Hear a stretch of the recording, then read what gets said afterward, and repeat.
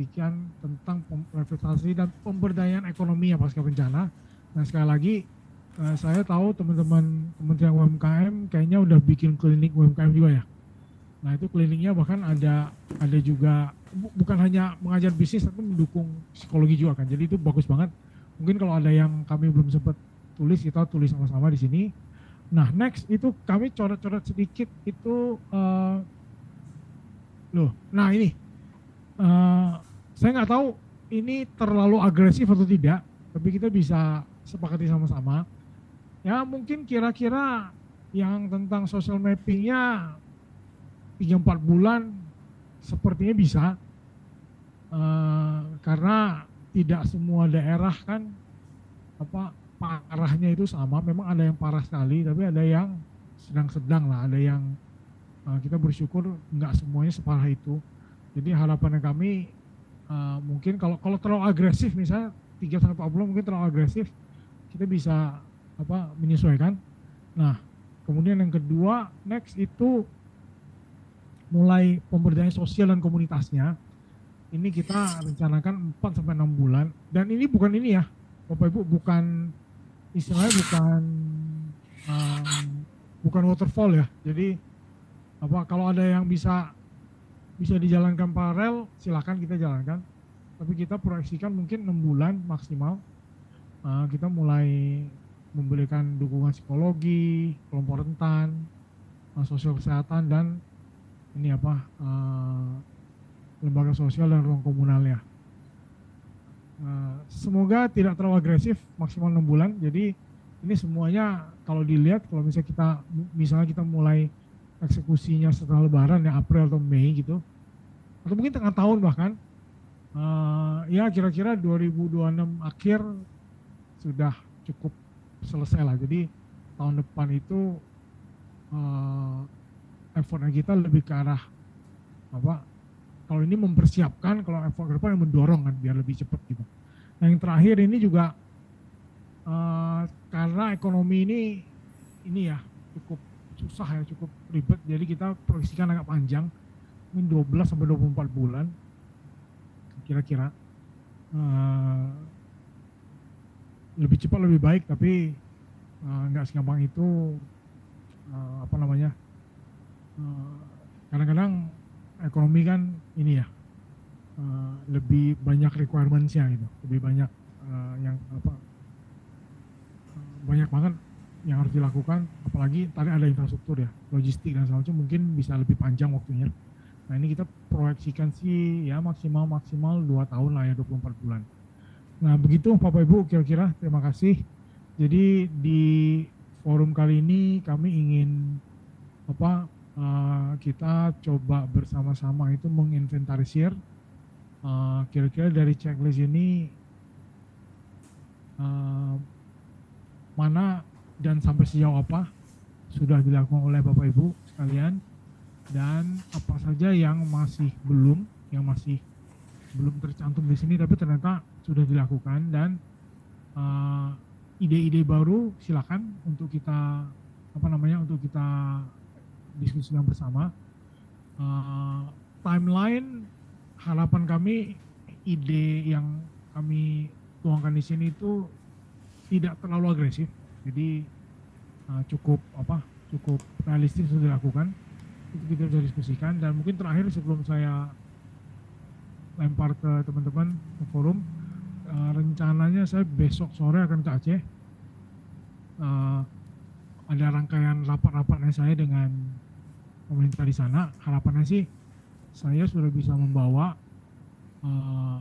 berbagai rencana yang sudah, yang sedang, atau yang akan dilaksanakan, sehingga kita ke sana itu selain selain koordinasi, kita bawa dalam tanda kutip dukungan dan memberikan harapan pemulihan yang lebih nyata dan konkret lah bagi teman-teman di sana. Saya belum tahu sampai kapan, kemungkinan sih kalau besok kita ada acara sampai 13, mungkin saya 13-14 saya baru pulang ke sini. Begitu Bapak Ibu kira-kira. Jadi silakan mari kita berdiskusi. Pak Yasir kalau ada yang mau ditambahin silakan ya sebelum kita kita buka ke forum. Oke, silakan. Terima kasih Pak Deputi. Bismillahirrahmanirrahim. Assalamualaikum warahmatullahi wabarakatuh. Yang saya hormati Pak Deputi, Bapak Ibu, Asdep, Direktur, dan Sekretaris Deputi, serta Bapak Ibu yang hadir pada kesempatan hari ini. Pertama-tama terima kasih sudah memenuhi undangan kami pada seperti yang disampaikan pengantar Pak Deputi tadi. Pada hari ini kita akan membahas terkait rencana terkait tindak lanjut dari Kepmenko nomor 2 tahun 2026, yaitu tentang tim koordinasi rehabilitasi rekonstruksi pasca bencana Sumatera. Ini merupakan tindak lanjut dari hasil rapat tingkat menteri pada tanggal 7 Januari yang lalu. Jadi di dalam RTM tersebut diamanatkan agar dibentuk tim koordinasi dari masing-masing kementerian lembaga, di mana ada perwakilan eselon 1 dan eselon 2, agar sinkronisasi koordinasi untuk pemulihan ekonomi pasca bencana di Sumatera bisa terkoordinasi dengan lebih baik, khususnya di bawah koordinasi Kementerian Koordinator PM. Jadi pada kesempatan hari ini mungkin sesuai undangan kita bahwa kita akan jadi memfollow up dari rencana kerja tim koordinasi tersebut. Oleh karena itu kami ketahui bahwa berdasarkan Impres 18 sudah ada penugasan masing-masing kementerian lembaga, kemudian ditambah dengan hasil RTM yang tanggal 7 yang lalu, ditambah lagi dengan Impres Kepres 1 tahun 2026. Selain itu juga kami juga sudah monitor bahwa Bappenas sudah merampungkan R3P yang sudah dilaksanakan di Bappenas, dan juga informasi yang kami terima bahwa masing-masing kementerian lembaga sudah mengajukan rencana aksi untuk pemulihan pasca bencana. Oleh karena itu dalam lampiran undangan kami mencoba memberikan matriks kepada Bapak Ibu agar kami mendapatkan gambaran terkait progres dan rencana aksi atau rencana kegiatan yang sudah dilaksanakan oleh Bapak Ibu pada kegiatan rehabilitasi pasca bencana. Baik, untuk mempersingkat waktu, mohon izin Pak Deputi, mungkin kami by absen yang kami di list undangan, kami mohon tanggapan dari masing-masing kementerian lembaga. Yang pertama mungkin dari Kementerian Ekonomi Kreatif, dalam hal ini diwakili oleh Pak Fahmi. Kami silakan Pak. Dari list undangan kami di tim koordinasi ada 2, yaitu Pak Sekretaris Kementerian dan juga Direktur Fasilitasi Infrastruktur. Jadi mungkin yang hadir pada hari ini Pak Fahmi, kami silakan untuk menyampaikan progresnya. Baik, terima kasih. Yang terhormat Pak Deputi, pimpinan rapat, Bapak Ibu sekalian. Perkenalkan, saya Fahmi, Direktur Fasilitasi Infrastruktur dari Kementerian Ekonomi Kreatif, mewakili Bu Sesmed.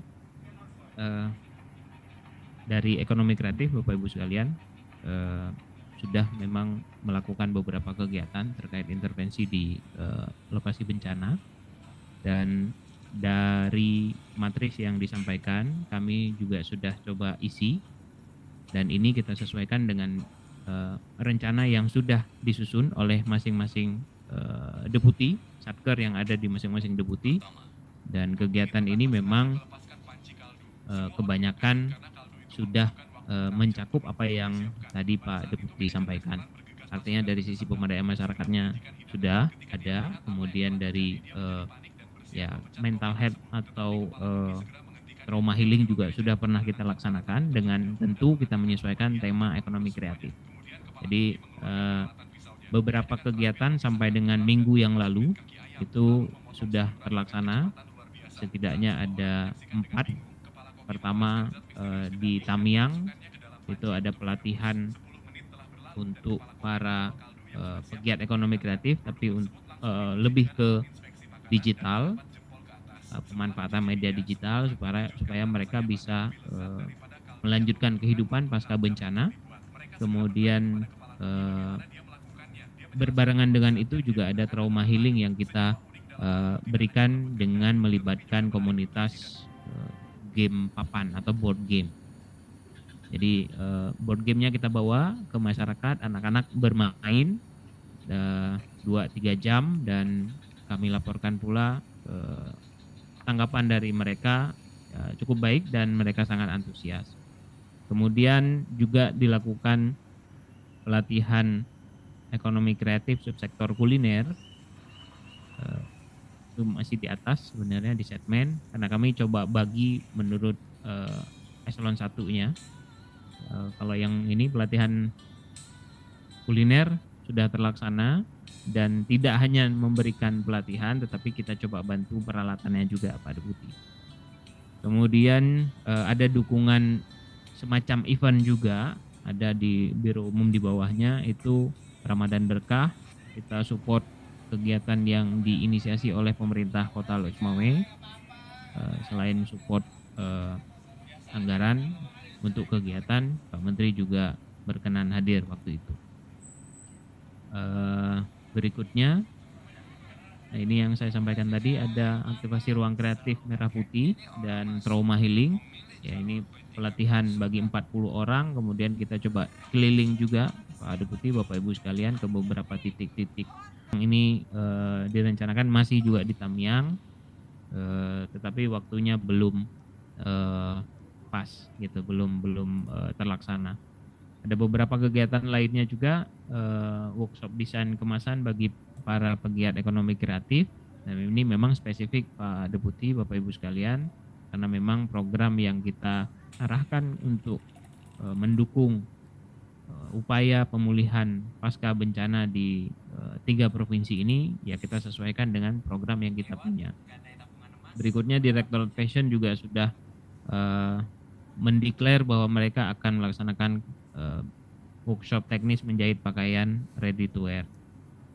Berikutnya ada Direktorat Teknologi Digital Baru.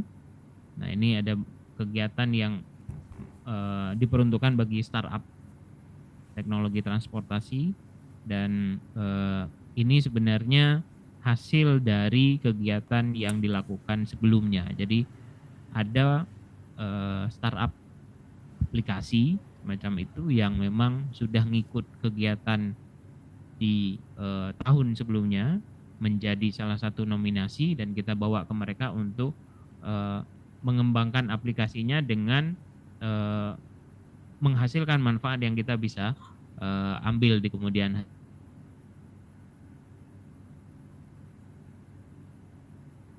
jalan. Jadi kalau mereka punya aplikasi, bisa ngelihat di jalan itu panjang apa, di situ ada apa aja. Berikutnya, Direktorat Aplikasi juga akan melaksanakan kegiatan workshop Badan Ekraf Digital Entrepreneurship, jadi pengembangan kewirausahaan bagi pelaku usaha yang terkait dengan digital. Memang lokasinya sudah ditentukan, Pak Deputi, Bapak Ibu sekalian, tetapi masih menunggu kejelasan penggunaan anggaran. Direktorat Konten Digital pun demikian, ada pelatihan Genmatic, ini sudah terlaksana di Kota Medan, walaupun yang disasar adalah para pegiat ekraf atau masyarakat yang berasal dari daerah-daerah terdampak, ya, karena ada 2 atau 3 kabupaten yang terdampak, merekanya dibawa ke Medan. Itu sudah terlaksana juga di hari Jumat minggu yang lalu. Berikutnya ada Direktorat Game juga akan sudah melakukan kegiatan di Padang Pariaman di tanggal 3 sampai dengan 5 Maret. Nah, ini seperti yang saya sampaikan di awal dan sudah dilakukan di Tamiang, ini dilakukan lagi oleh Direktorat Game di Padang Pariaman. Jadi game itu dijadikan tools untuk recovery, artinya trauma healing bagi masyarakat. Dalam hal ini pesertanya adalah siswa SD SMP dan turut disertakan para guru sebagai nantinya bisa menjadi game masternya, artinya yang mengajarkan game tersebut. Gamenya adalah board game. Berikutnya, Direktorat Musik juga merencanakan akselerasi kreatif musik dengan memberdayakan musisi lokal. Jadi lokasinya memang direncanakan mungkin tidak langsung beririsan di lokasi bencana, tetapi mungkin potensi yang ada di 3 provinsi terdampak ini yang akan dikumpulkan di satu tempat. Berikutnya juga ada Direktorat Periklanan, ada Skill Up Lab, jadi menambah kemampuan personal masyarakat. Ya tentu kita berharap para pelaku usaha kreatif yang ada di 3 provinsi tersebut ini juga masih menunggu kejelasan dari anggaran. Ini beberapa kegiatan Pak Deputi, Bapak Ibu sekalian yang sudah kami data yang relevan dan bisa mendukung upaya pemulihan di 3 provinsi terdampak bencana. Namun demikian, sebagaimana kami sampaikan di tengah-tengah penjelasan tadi, sebagian besar masih menunggu Bapak pelaksanaannya, masih menunggu kejelasan dari anggaran direktif Presiden. Karena memang sebagian besar yang belum terlaksana itu kami menggantungkan pelaksanaannya pada sumber dana direktif Presiden. Kementerian Ekonomi Kreatif sudah bersurat ke Setnek untuk pengajuan. Setidaknya untuk tahun ini sekitar 96 miliar kita sudah ajukan dari total 111 yang dialokasikan untuk direktif Presiden di Kemenekraf, itu sudah kita ajukan untuk penggunaannya. Tetapi sampai dengan hari ini kita belum mendapat kejelasan baik itu persetujuannya maupun prosedur penggunaan anggaran tersebut. Oleh karena itu kami sangat berharap dukungan dari Pak Deputi, Bapak Ibu dari Kemenko PM, dan secara umum adalah dari Kemenko PM karena Kemenekraf di bawah Kemenko PM untuk percepatan penggunaan dana direktif Presiden tersebut. Demikian Pak Deputi dari Kementerian Ekonomi Kreatif. Terima kasih.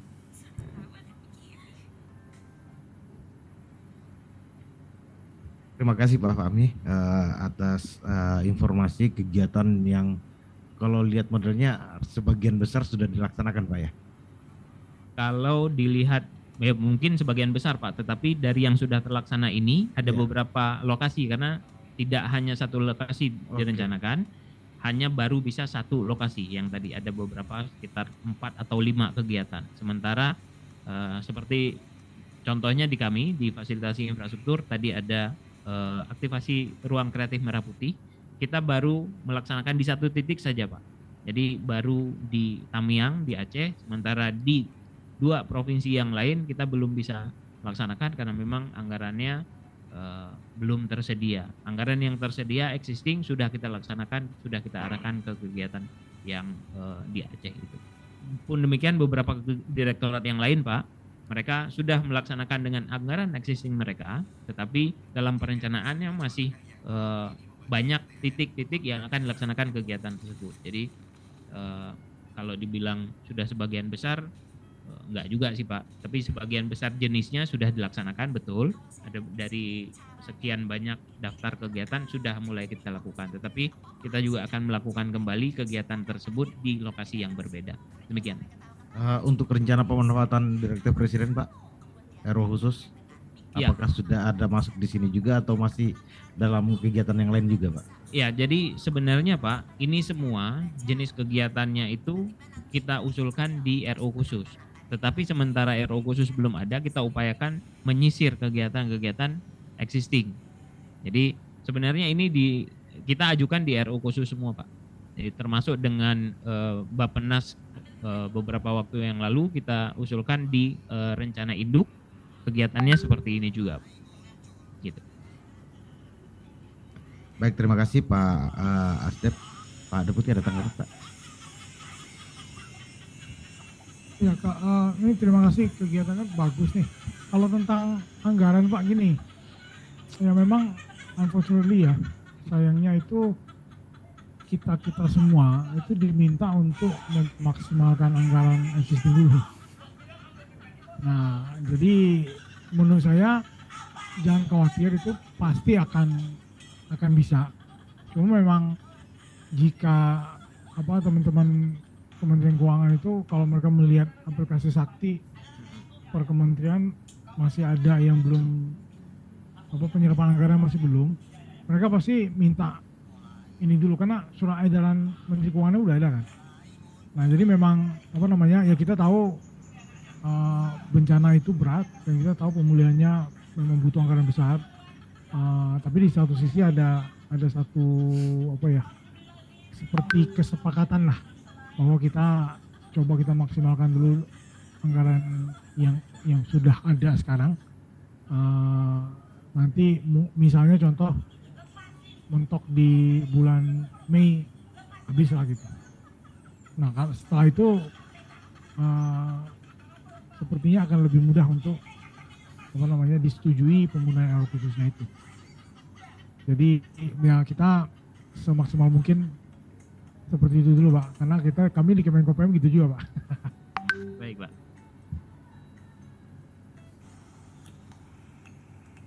Terima kasih Pak Deputi. Dari Ekraf yang lain ada lagi nggak Pak? Atau sudah terwakili oleh Pak Fahmi semuanya? Cukup katanya Pak. Oh udah cukup. Baik Pak. Makasih dari Ekraf. Selanjutnya dari Kementerian UMKM. Di sini kami terkonfirmasi hadir Asdep Legalitas Perlindungan Usaha Mikro. Untuk dari Deputi Bidang Usaha Mikro, apakah sudah hadir atau lewat online? Hadir, silakan Pak. Bismillahirrahmanirrahim. Assalamualaikum warahmatullahi wabarakatuh. Izin Pak Deputi, tadi Pak Asdep udah akan hadir, cuma karena ada suatu hal menugaskan kepada saya, Kabid Pelindungan Usaha Mikro. Bapak Ibu sekalian, jadi sebagaimana tadi sudah disampaikan oleh Pak Deputi ya, bahwa dalam rangka untuk mendukung rehabilitasi dan rekonstruksi UMKM pasca bencana ini, Kementerian UMKM itu memiliki namanya Klinik UMKM Bangkit Pak. Klinik UMKM Bangkit itu sebagai kepanjangan tangan kita Pak, karena memang itu dibentuk oleh Kementerian UMKM melalui kolaborasi dengan berbagai pihak. Jadi kita ada di 3 provinsi, kemudian kita ada di 8 titik. Nah 8 titik itu, masing-masing titik itu akan bisa berkoordinasi dengan semua kabupaten kota Pak. Jadi insya Allah dengan panjangan tangan Klinik UMKM Bangkit itu kita bisa menjangkau ke semua kabupaten kota yang ada di 3 provinsi itu. Nah kemudian kami juga dalam pelaksanaannya kita fokus dalam 3 hal Pak. Ada 3 layanan. Masing-masing klinik itu kita ada 3 layanannya Pak. Ada layanan pemasaran atau layanan belanja produk UMKM Bangkit, kemudian juga ada layanan pembiayaan dan juga ada layanan produksi. Bisa ditayang ya yang ini. Yang ininya paparannya kalau ada.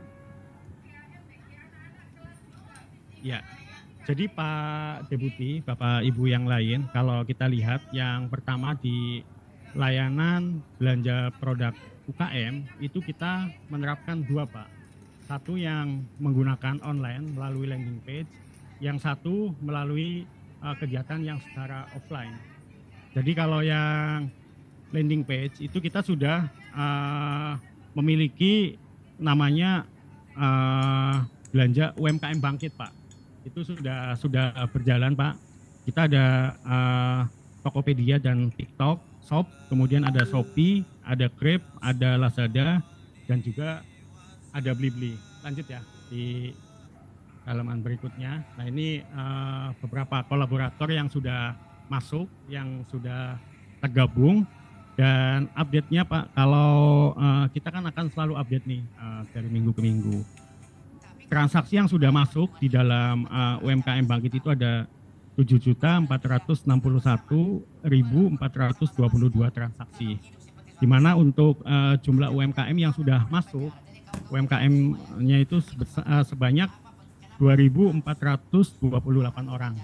Ini yang sudah masuk di dalam UMKM Bangkit tersebut. Dengan jumlah item yang tersedia itu ada 2.914 produk. Nah ini kita lihat juga kalau di sebelah kanannya, ini memang sebenarnya meningkat, cuma yang terakhir ini hanya kurang update beberapa ini ya, yang masih dalam proses updating dari beberapa e-commerce tersebut, Pak. Tapi pada prinsipnya itu selalu meningkat. Yang baru masuk itu per hari ini itu dari Tokopedia, TikTok. Nah, tapi itu pun meningkat. Nah, di yang kedua, Pak, kita juga mengikut sertakan baik yang tadi yang secara offline itu ada pameran atau bazar produk UMKM yang sudah ada sudah kita lakukan itu ada di 2 kota. Yang pertama di Purworejo Expo, itu pas hari ulang tahun Purworejo itu, Pak, kita khusus mengundang memfasilitasi UKM dari Aceh dan daerah lain kemudian untuk ikut pameran tersebut, Pak, kita fasilitasi. Nah, ada 20 UMKM yang kita ajak. Kemudian untuk yang terbaru itu kita ada namanya Smiling Sumatera, itu ada di Jawa Barat. Terakhir, Pak, yang pas bulan puasa itu kita ada di Cibubur, ada di Transmart Cibubur. Nah, ini juga ada beberapa pelatihan juga yang kita lakukan, yaitu pelatihan yang dilakukan di Plut Sumbar tanggal 9 Februari 2026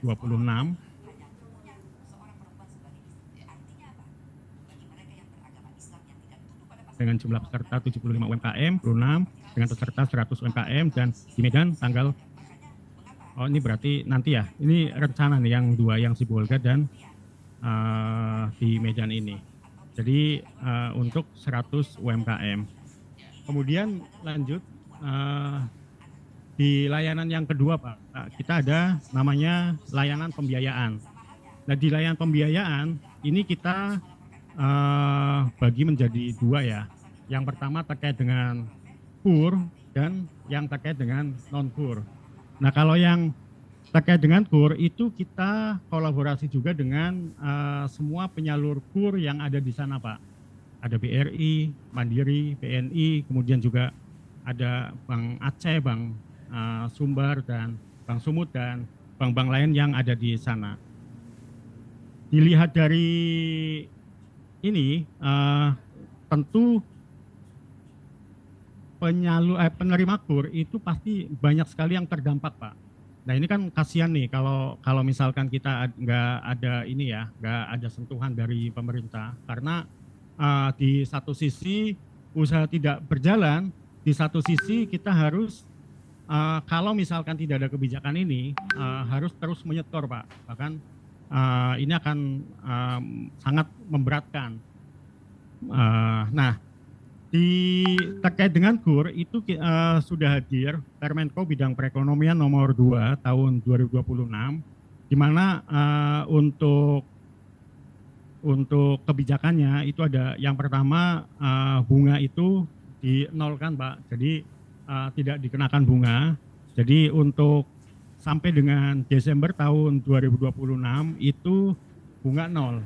Kemudian karena di tahun berikutnya itu harapannya sudah makin membaik, di tahun 2027 itu bunganya akan menjadi 3%. Dengan normalnya itu 6%, Pak.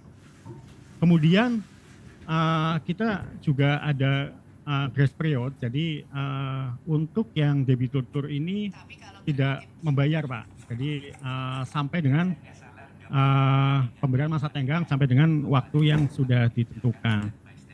Kemudian kolektabilitas juga kita sampaikan, jadi kita berikan fasilitas ya. Jadi kalau untuk UMKM yang terjadi kolektabilitas setelah bencana itu dia tidak akan masuk ke SLIK, Pak. Jadi akan tetap kolektabilitasnya itu lancar. Kemudian selain itu juga kita di periode ini ada namanya di selanjutnya ya, di 1 April sampai dengan 31 Desember tahun 2027 kita ada namanya periode relaksasi. Nah, di periode relaksasi ini bagi penerima KUR yang terdampak itu ada perpanjangan jangka waktu KUR, penambahan plafon, dan tadi tentu ada penambahan subsidi bunga. Kemudian juga ada relaksasi agunan tambahan. Kalau misalkan untuk KUR yang di atas 100, misalkan dia tadinya ada agunan tambahan, agunannya ini tidak boleh dimintakan lagi. Dan juga untuk yang baru itu tidak boleh ada pengenaan agunan tambahan. Nah, kita juga ada kemudahan untuk yang baru akan mengakses KUR, Pak. Ini misalkan tadinya belum mengakses KUR, kemudian di tahun ini akan melakukan usaha baru, itu kita ada kemudahan untuk mengakses KUR, di mana syaratnya itu yaitu lama usahanya tidak harus sudah 6 bulan, kemudian riwayat kredit komersial, relaksasi BPJS, dan penundaan kelengkapan dokumen. Jadi kalau dokumen misalkan ada dokumen apa yang kurang, itu bisa dilanjutkan terlebih dahulu. Kemudian juga nanti untuk yang terakhir, kalau misalkan itu dimungkinkan, nanti ada namanya usulan penghapusan kredit. Ini yang terakhir. Yang kedua, ini yang tadi ini ya, yang direktif Presiden. Jadi untuk yang harapan kita sih Pak, mungkin tadi sama ya yang disampaikan oleh Pak Direktur ya Pak. Ini segera bisa turun juga Pak, karena memang di sana sangat membutuhkan. Jadi kita sudah ini ya mengusulkan untuk adanya pemberian modal usaha mikro terdampak senilai 3 juta per orang dengan jumlah 200.000 UMKM, di mana untuk kebutuhan anggarannya itu sekitar 600 miliar. Nah ini juga terus berkembang Pak, kita selalu mengawal biar ini bisa segera bisa dijalankan. Kemudian syaratnya itu yaitu penyampaian usulan rencana aksi kepada Menteri Keuangan, dan ini posisi per 11 Februari 2026 itu kita sudah menyampaikan usulan ke Menteri Keuangan dan Menteri Sekretaris Negara dan juga ke Bappenas.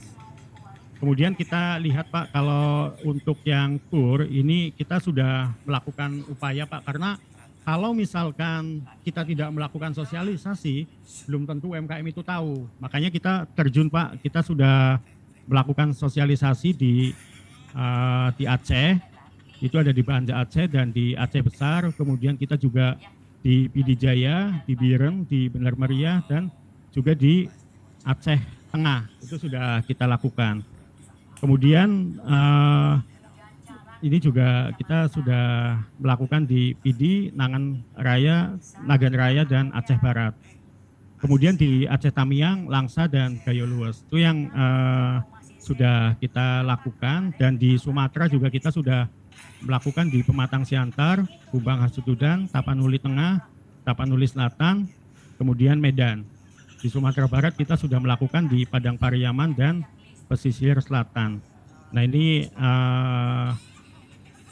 yang terakhir, yang sebelah kanan itu pemetaan yang kita lakukan Pak, karena tentu untuk yang tadi, yang pemberian modal itu kita terus melakukan updating data Pak, dan mudah-mudahan nanti kita bisa segera untuk ini ya, mencapai semua yang sudah direncanakan. Kemudian yang ketiga Pak, kita ada namanya layanan produksi, di mana aktivitas yang kita lakukan itu ada aktivasi resto, kafe, warung, dan toko-toko Pak. Kita sudah ini ya, kalau kita lihat datanya ini yang terdampak itu sudah mengalami penurunan secara terus-menerus, dan kita juga sudah memberikan beberapa fasilitas Pak untuk aktivasi produksi itu. Ada sumur bor, ada paket alat produksi untuk makanan dan minuman, berupa kompor gas, peralatan masak, rice cooker, dan lain-lain. Kemudian ada bahan sembako dan juga benang songket. Kemudian kita juga agar UKM itu bisa jalan kembali, kita ada pemberian tenda dagang dan juga pakaian Pak, pakaian baru. Karena ini juga baru ya, karena ini juga kita paham ya, pasti UMKM juga butuh pakaian baru untuk menjelang Lebaran ini. Nah, ini yang sudah kita lakukan Pak, di bawahnya itu ada di Aceh, itu ada di Loksmawe, ini sudah kita lakukan ya. Kemudian ada di Aceh Timur, di Aceh Tengah, Pidijaya, Aceh Utara, Biren, Aceh Tamiang. Kemudian di Tapanuli Tengah itu ada Tapanuli Tengah, di Sumatera Utara ya, itu ada Tapanuli Tengah, Bumbang Hasuduntan. Kemudian di Sumatera Barat itu ada di Agam, Pesisir Selatan, Padang Pariaman, Tanah Datar, dan Kabupaten Solok. Mungkin itu Pak Deputi dari kami, dan kami juga selalu update Pak, dan dalam beberapa waktu dekat, bahkan sebelum Lebaran juga kita masih ada beberapa kegiatan yang akan kami lakukan. Demikian, Assalamualaikum warahmatullahi wabarakatuh. Waalaikumsalam warahmatullahi wabarakatuh. Terima kasih Pak.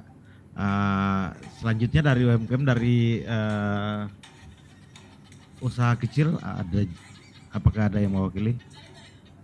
Oh, jadi ini sudah direkapitulasi satu kementerian. Sudah. Ini Pak, kalau kita dalam menjalankan, kita kan ada kelompok kerja yang bersama Pak, satu kementerian. Jadi kita memang ada semacam satgas juga, tapi satgas khusus untuk UMKM. Anggotanya itu dari semua kedeputian. Jadi tadi kalau kita lihat semua realisasi dan yang akan dilakukan itu adalah bersama dalam satgas, di mana untuk operasionalnya itu dijalankan oleh klinik UMKM Bangkit, gitu Pak. Baik Pak, terima kasih Pak. Jadi paparan tadi sudah mewakili satu kementerian Pak ya. Jadi semua anggota satgas yang ini sudah disampaikan melalui satu paparan. Mohon izin Pak Deputi, ada arahan Pak. Ini Pak, yang tadi kan ada ide tentang pemberian 3 juta per UKM ya Pak ya, benar ya? Ini aja Pak, saya sebenarnya niat kita baik gitu, cuma mau make sure aja, enggak gini, takutnya ini overlapping sama yang Kemensos loh, yang 5 juta itu. Karena gini Pak, karena kayak Kemensos kan sudah memberikan 5 juta, dan itu ya memang untuk istilahnya kickstart lagi aktivitas produktifnya mereka.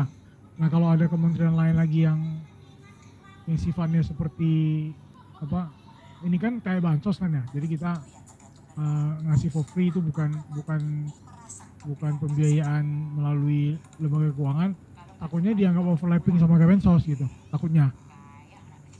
Mungkin bisa diperjelas misalnya kayak ini bedanya apa, kenapa punya ide seperti itu, dan setelah adanya Kemensos, posisi yang ide ini tuh masuk ke kolom mana gitu kira-kira. Iya Pak, jadi untuk Kemensos itu kan di tahap awal Pak, dalam pemulihan sosial ya Pak. Nah, kebetulan Pak Menteri UMKM juga sudah bertemu dengan Menteri Sosial Pak, terkait dengan tanya berupa pendampingan literasi teknologi dan keamanan cyber. Itu di titiknya adalah di Sumatera Barat, di Kabupaten Agam. Kemudian di sini sasarannya kepada 100 orang pelaku anggota atau pengurus KDKMP yang sudah dilakukan. Ini nanti kami menyampaikannya secara matrik ya Pak ya, mungkin bisa saya bacakan. Ya nggak apa-apa, ini verbal dulu karena kita kick off kan. Kita Oke, sanity check bareng-bareng. siap. Kemudian juga selanjutnya adalah kegiatan pendampingan korban bencana dengan melibatkan narasumber yang kompeten dalam rehabilitasi pasca bencana dan praktisi koperasi. Ini di Sumatera Barat, di Padang, kemudian dengan sasarannya itu adalah 150 orang dari koperasi. Kemudian lanjut adalah pendampingan pengurus koperasi dalam rangka pemulihan dan validasi data koperasi yang terdampak. Ini juga di Sumatera Barat, di Padang, dengan sasarannya adalah 75 orang pengurus koperasi. Kemudian untuk updating di Deputi 2 ini akan dilaksanakan adalah pendampingan KDKMP melalui bisnis asisten ini di Aceh, Sumatera, dan Sumbar atau seluruh kabupaten kota dengan menggunakan dana dekon dengan output atau sasarannya 1.396 KDKMP. Kemudian yang kedua adalah dukungan kemitraan pasca bencana. Ini akan dilaksanakan di Aceh dengan output 30 koperasi. Kemudian lanjut dengan yang ketiga adalah fasilitasi ekosistem bisnis koperasi Desa Kelurahan Merah Putih berdasarkan komoditas unggulan. Ini akan dilaksanakan di Aceh dengan output sebanyak 50 koperasi. Kemudian yang sudah dilakukan juga di Deputi 3 yaitu Deputi Pengembangan Talenta, ini berupa pelatihan dan juga revitalisasi pasar. Untuk datanya akan kami update lebih lanjut. Mungkin itu saja yang dapat kami laporkan. Terima kasih Bu Asdep. Monggo Pak kalau ada tanggapan. Enggak, ini aja tadi kan Satgas internal sama Satgas kita beda tuh. Coba nanti tanya sama Pak Sesnya, enaknya gimana ya? Ya.